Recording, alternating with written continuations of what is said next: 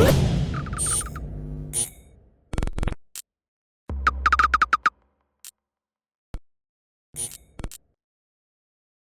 is Andi Purewal for Boxing Social in association with Betfred, and I'm delighted to be joined by manager and trainer Dave Coldwell over Zoom. Dave, how are you keeping? I'm all right, mate. How are you? I'm good. Obviously, it's good to catch up once again. Finally, Lerone has a date. You've spoken to me about the European title for a long time with him. You said you had a date in mind, and finally it's been announced May 15th. How relieved, excited, whatever you can think of to actually have this date to work towards now. Yeah, it's good. Obviously, yeah, we've known about it, that it was going to be around this sort of date for a while. Just to have it confirmed and definite, that's a good plus. But we've been getting along with the work anyway, and if the date gets moved or whatever, you kind of like you kind of cater for that right now at the moment, because obviously things are up in the air with shows, with with COVID, with things like that. So you kind of just get on with your business, and when you get told that there's a date, there's a date. Talk to me about Giovanni De Carolis. I think I've said his name right. What do you know about him, Dave? He's he's an experienced fighter, former champion, boxed at the top level, very experienced, very strong, can punch, heavy-handed. Yeah, it's a step up, and it's a step in the right direction. It's for a major belt, but in terms of development, it's a good fight, a good learning fight for Lerone, because we forget that. I know he's been British and Commonwealth champion, but it's 14 fights in. It's still learning. It's still like a relative novice. So it's important that he has the fights to develop him and bring him along. And and with this guy, he's got the experience and the pedigree.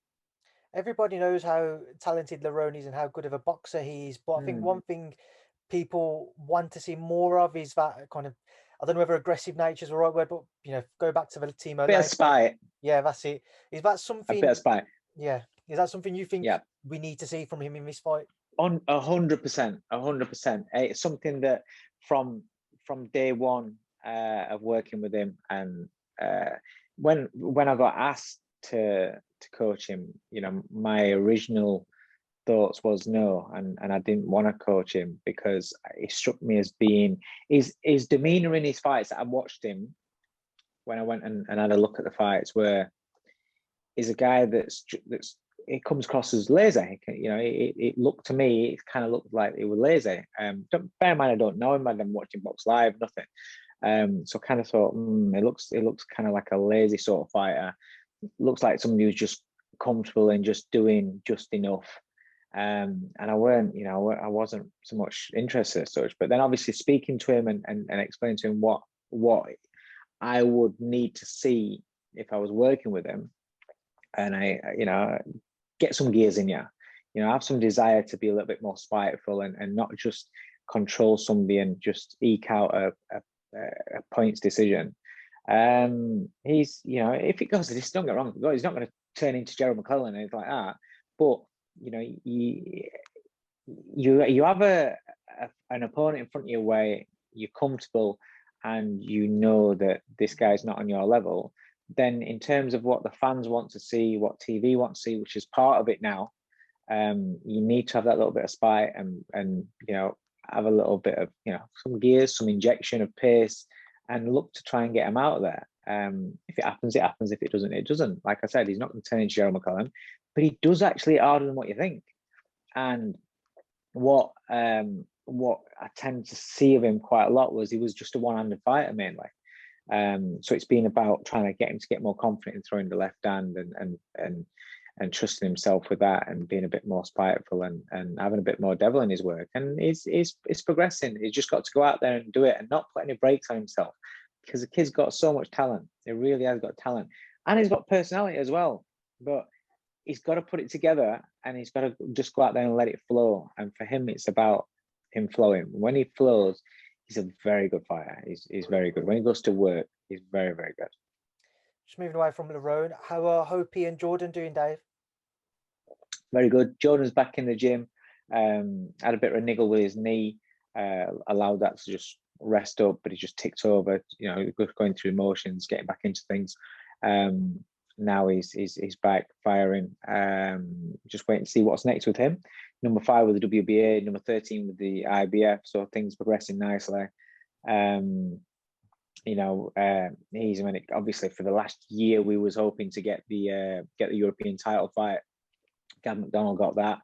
I know that Gav's got a cut, 10 stitches. Whether or not there's a bit of a window there for Gargo to be able to get another fight in, then you know that's something that would like Eddie to look at. Also, there's the Isaac Lowe fight. If Isaac fancies that, then that's there. They're good fights for him, you know.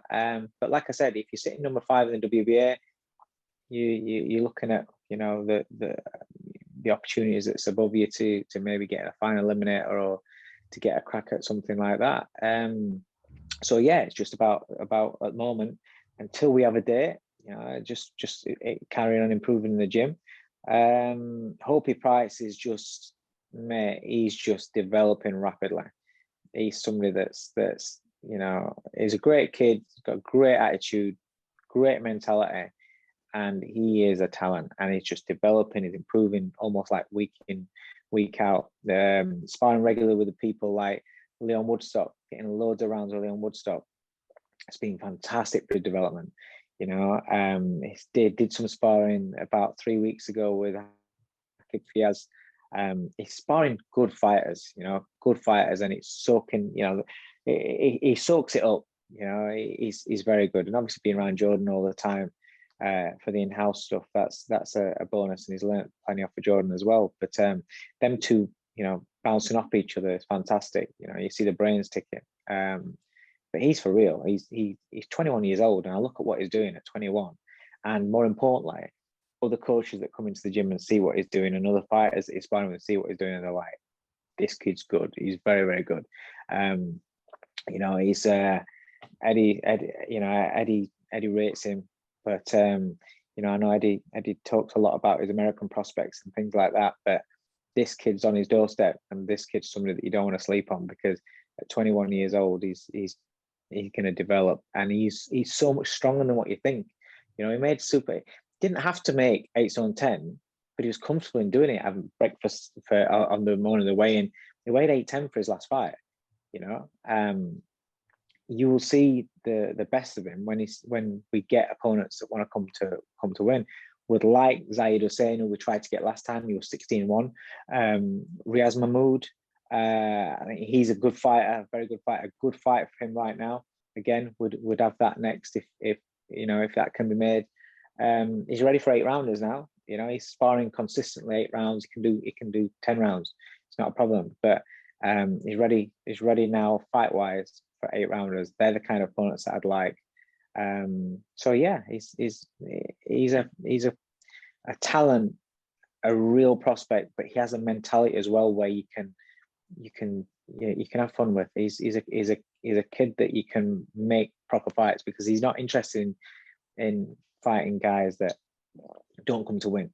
Don't get me wrong, it's not taking guys right at the top yet. It's not, you know, we're not talking about that, but we want these guys like your Mahmouds, like your Zayed Hussein, that have got a lot of pride about them because they've got good records, box at a good level, higher level than what Hopi has, but they're the fights that he's wanting. Dave, earlier on in my answer, you said, you know, Eddie thinks highly of Hopi and he speaks highly of his American prospects. Just something which happened over the past few days. I just want to get your thoughts on Ammo Williams. We've seen some social media posts from yourself. Don't know whether you have or not.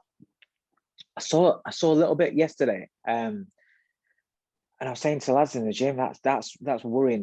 That's you know, a lot of fighters, especially a lot of these young fighters that are coming through.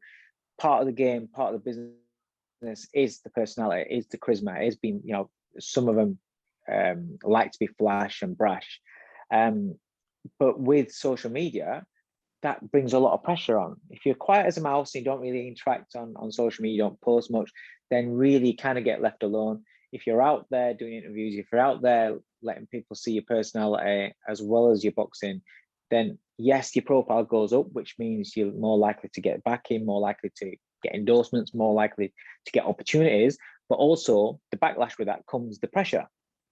And we have to be careful with fighters and keep an eye on them with that, because some of them, you know, it's pressure can be a little bit too much. And I don't know the ins and outs, I don't know what's happened, but seeing the little bits on his socials, it's worrying.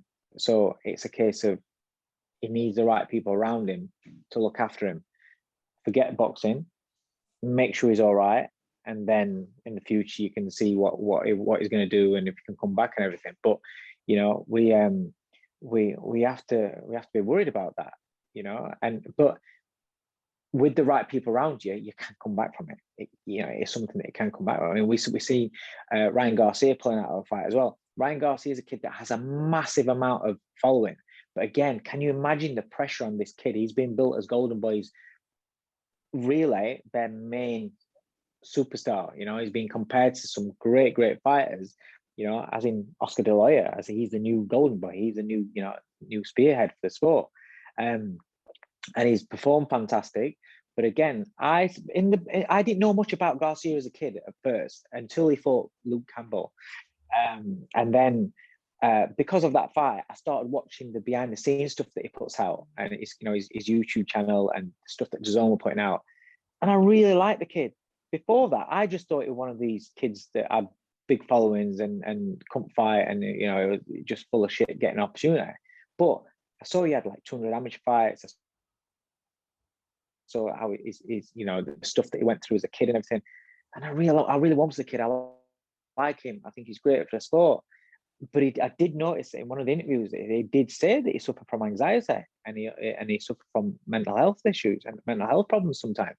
And I was like, whoa, you wouldn't expect that with a kid that puts himself out there. And then a few days ago, when we see his post saying that he's taking some time out, you know, it's such a smart decision that he's taken upon himself for that, to take himself out of the spotlight, take himself out of boxing. Listen, you can come back to your career if you sort your mind out. We always talk about, you know, fighters having niggles, fighters having injuries, fighting with illness. I had that with Jordan. You know, fighters feeling as though they can't pull out because of this injury. But you're talking about your body there. We talk about, oh yeah, make sure you pull out, make sure you always go in there 100%. We talk about going in there 100% as in physically. It's not often we actually talk about that being, you know, a mental side of things. And I know a lot of, you know, not a lot, but some old school fighters or people in the game, you know, well, we didn't have that in our days and things like that. But what we have to understand is that this generation, it's like, as a parent, my generation, I can't go to, I won't go to my parents, but my wife can't go to her parents. So how did you deal with social media with me? Because they didn't. We're the generation that's having to look after the kids, and the kids that are coming through now, the fighters, the sportsmen that are coming through now, they're kind of like the first generation that are having to deal with the pressures of it. You know, remember in even my day when I was boxing, people that you know, that you see, and in your local paper, if you got a little write-up in your local paper saying that you got beat, they're the only people that knew that you got beat. You didn't really know, or if somebody wrote into a letter into Boxing News and slagged you off or something like that, I don't know. You know, they're the only people that you knew that kind of like didn't like you or knew that wanted to slag you off. These days, there's no escape from it because everybody has that opinion and everybody can put it out there. And social media is great because it gives us an opportunity to get out there, gives us an opportunity to be heard and for your profile for the fighters to be up there, the gyms, the promotions, you know, it's fantastic. But it's like everything always comes with a flip side. And so fighters have to understand that they have to look after their mind as well. And if they feel as though they can't cope with what's happening, then they have to take themselves away and look after themselves, get themselves right. Obviously, we do wish Ryan and Amo the best moving forwards there, Dave. But to move forwards ourselves onto the boxing this coming weekend, start off with Friday night. Sonny Edwards challenges Moruti Mifulani. What are your thoughts on it, Dave? Because a lot of people speak about how Maruti for years, he just hasn't had the opportunities to really come forwards and showcase his abilities. And Sonny sees him as the toughest challenge for himself at flyweight. What are your thoughts on that about? It's definitely a tough fight for Sonny. You know, he's not fighting some, you know, where, you know, some fighters get an opportunity against a guy that's not very good. This guy's good. But what I will say, with Sonny's style and the fact that, is he about 35? 38, I think. Like, oh, 38. So 38 for somebody at that weight is old. Is old. So I would say that will help Sonny massively. And along with Sonny's style, I just think Sonny's brilliant. I think he's a great talent. Really, yes, he gives it that and he talks it. But he's a character. I like it. I can have it. Do you know what I mean? I don't mind that. But he ability wise, he's so clever, so intelligent. He's one of these fighters that will do what he has to do to win. And once he finds that that's working, he might not take the chances because he knows that all I've got to do is win. And I think his boxing skills, his ability, and his brain, and with the job that Grant's done on him in the gym as well, I think he ticks all the boxes, and I think he's going to win the world title on Friday, and I really hope so, because, you know, he's like I said, he's not everybody's cup of tea, but he's a character. And it's nice to have a character in them lighter weights, where eyes are on the lighter weights, because sometimes, you know, we as fans kind of like ignore the guys in the flyweights, the super flyweight sort of divisions. So yeah, so it's I think he wins on Friday night. Dave, moving on to Saturday's show, CHISORA-PARKER, an interesting matchup there. What are your thoughts on it? Like you've said it, it's interesting, isn't it? Really, because both fighters are kind of like, where you're looking at me thinking, what have they got left? How many times can Chisora keep going to the well? How many times can he keep walking through everybody and keep taking the punches and keep coming and keep coming and keep coming? Joseph Parker last time out didn't look great. Both fighters have now got new trainers. So what have they been able to implement on them? I think it's intriguing. It really is. But I think the mind of Andy Lee and the calming presence of Andy Lee will help help Parker and have more an effect on Parker than perhaps what Buddy McGirt will with Derek maybe. I think with Derek, you kind of like, you know what he's going to do. I think the most important thing is that against Usyk, he just walked forward and was kind of like swinging, looking at work rate, but just no technique behind it or anything. It was just a case of get on him and just swing away, which Usyk could see coming. Whereas Derek can throw his right hand a little bit straighter. He can, you know, can set things up a little bit more. And I think Buddy McGirt's been brought in to give Derek a little bit more smarts coming in. We all know he's got to work his way in, but you've got to be a little bit smarter coming in. I don't know, mate. I'll be honest here. I don't know which way it's going to go. I think it's a tough fight for both men. Games are all being played out right now at, you know, breakfasts and things like that. And I imagine Derek might turn it up a notch at the weigh-in, but it doesn't really make any bearing on the fight, really. Once that bell goes, we'll see. Parker, a lot of the times, being, you know, when it's the dangerous fights, he kind of like goes a little bit negative sometimes. But I think there might be a little bit more pop behind the jab for this one. But it's a good. I'm looking forward to the fight. It's a good fight. How key in Joseph's case? How key could a win be for his confidence against an aggressive fighter because of the previous defeats to AJ and obviously Dillian White? Yeah, massive. I mean, if Joseph Parker was to lose against Derek, then where does his career go? You know, because Derek's been beat by Dillian, Derek's been beat by Usyk.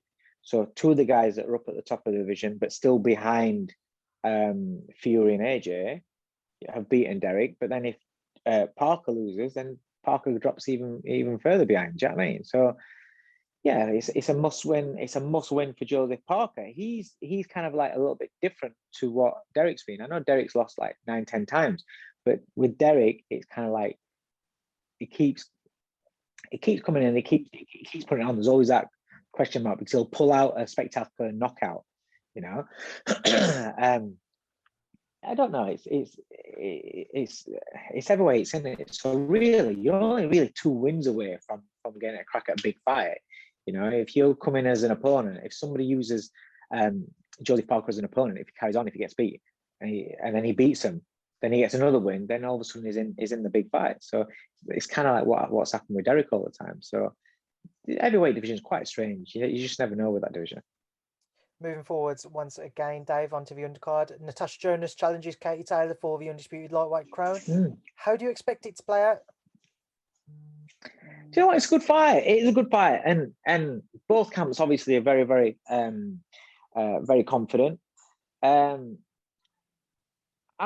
heard Joe Gallagher say a few things today in the press conference today where we were talking about Natasha kind of like, you know, past the peak sort of thing. I think he was talking towards that in a couple of performances. I get what he's saying because a couple of fights back, I was looking at Katie Taylor, and she did look like she was a little bit not shot warm, but wear and tear starting to get onto you a little bit. You know, she's had some hard fights. She has to work a lot in her fights as well, and so it did look like you might think, maybe she is starting to go down the other side now. But then she come back. She looked brilliant. She looked sharp. She looked fresh. That's the thing. The last outing for me, she looked fresh again.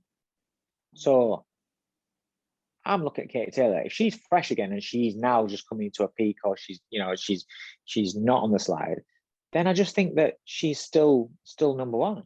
You know, Tasha, I thought she looked fantastic against Terry Harper. I thought that was a great performance. I thought for me that was a performance that surprised me because I've never seen Tasha box like that. It's all right when people talk about it. Same as me as a coach. When I talk to you about a fighter that's performing in the gym and he's doing that, that's great. But if you haven't seen it, you don't believe it because you haven't seen it. So you just think that somebody's talking him up. Well, she performed on that night better than I've ever seen her in her career. And I thought she was really good. You know, she showed great quality.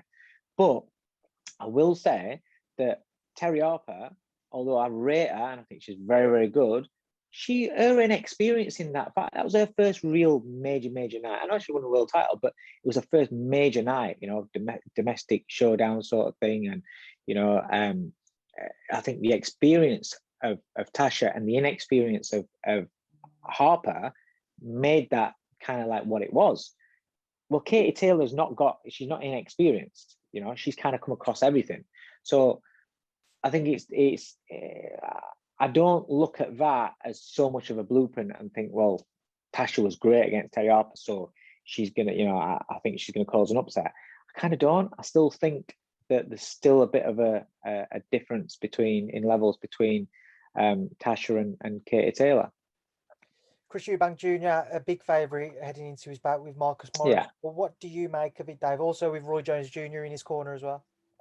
Do you know what? I'm quite excited to see the evolution of Eubank, because you can't call him next gen anymore because he's 31, so he's not next gen. This is now or never, and he's got to go out there and show improvement. He's been out a long time. I don't expect him to go out there and look $1 million and all of a sudden he's changed into Roy Jones Mark II. I don't expect that, but I want to see some differences. I'd like to be able to see what they've been working on and see more of a brain, some more boxing smarts in there. Because we know he's a tough passer. We know he can take a shot. We know he's strong. I want to see some boxing in there because you know what? Listen to his last couple of interviews as well. He seems more likable. He seems more likable. You know, he quite sensible in how he's speaking. Quite open and honest, and I kind of warm to him. So yeah, I want to see. I would like to see new dimensions to him. I would like to see him look well. But I like Marcus Morrison as a kid, and I think Marcus. I don't know if he might have boxed on one of my early shows early on in his career, or I've been on shows with him when he's boxed. And he's a really polite kid, a really nice kid. I've got a lot of time for him. I think it's a very, very tough fight for him. But Joe sees what he's doing in the gym. He knows, how much he's improved. I haven't seen him for a long time, obviously I saw his impressive win out in Italy, but then he's had time to work since then. So let's see what he can do, and I hope he does well. Just one fight over in America I want to get your thoughts on this week, Dave. Andi Ruiz Jr. returns under the tutelage of Eddie Reynoso for the first time, faces Chris Arreola. What are you expecting to see from Ruiz? Well, Arreola's definitely shot warm, but I like Arreola. I like his acting. I've always liked him throughout his career. When he was seen as the next big hope sort of thing in the division, I like him. I like him as a character. And he's another one that wears his heart on his sleeve. But Andi Ruiz has lost all this weight. I want to see how that affects him. Now, obviously, when me and Opie were talking about it, when we watched the public workout in Saudi, Ruiz's feet are faster than what you think. Now, this is when he was out of shape and he was fat. So, if he's lost all this weight, his feet are going to be better. His hands, obviously, we know are quick in range and mid range. I think he could be a problem. It could really be a problem. But sometimes what happens when somebody loses all this weight in the heavyweight division, it takes away the punch resistance a little bit. So I'm interested to see how it affects him. Do you know what I mean? Sometimes some of these guys, they lose a lot of weight. There's a certain weight that even though they might aesthetically not look great, but when they lose the weight, that weight that they had on cushioned them a little bit, made them a little bit more sturdy, made them be able to take shots better. And then when the weight comes off, they're not the same resistance. So I'm interested to see how it pans out. He's got a fantastic trainer. He looks great in the gym, and physically he looks in really good shape. So I'm looking forward to it. All right, Dave, we will leave it there now, and I'll leave you to enjoy the rest of your day. I appreciate your time. Thanks, mate. Thank you, as always, for speaking to Boxing Social. Cheers, mate. Nice one.